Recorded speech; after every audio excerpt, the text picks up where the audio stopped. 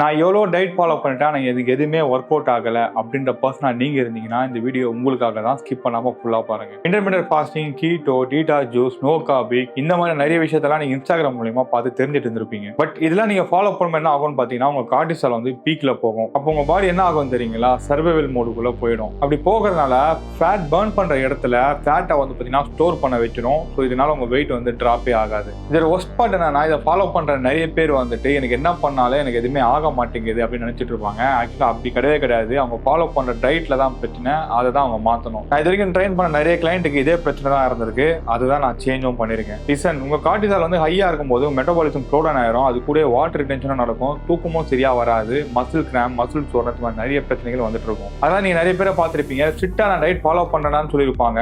ஆனா சனிக்கிழமை ஆனா அண்ணா நகர்ல போயிட்டு மின்னட் பிரியாணி சாப்பிட்டு இருப்பாங்க. இதை நீங்க ரொம்ப சிம்பிளாவே ஓவர் கம் பண்ண முடியும். இதுக்கான ஒரு டீடைல் பிளான் வந்து நான் ரெடி பண்ணி வச்சிருக்கேன். அது வேணும் நினைச்சீங்கன்னா கமெண்ட்ல போயிட்டு ரீபூட் டைப் பண்ணுங்க. நான் உங்களுக்கு ஃப்ரீயாவே சென்ட் பண்றேன். அதை போய் பாருங்க. அது உங்களுக்கு யூஸ்ஃபுல்லா இருந்துச்சுன்னா மறக்காம உங்க ஃப்ரெண்டுக்கும் ஷேர் பண்ணுங்க. அவங்களுக்கும் யூஸ்ஃபுல்லா இருக்கும்.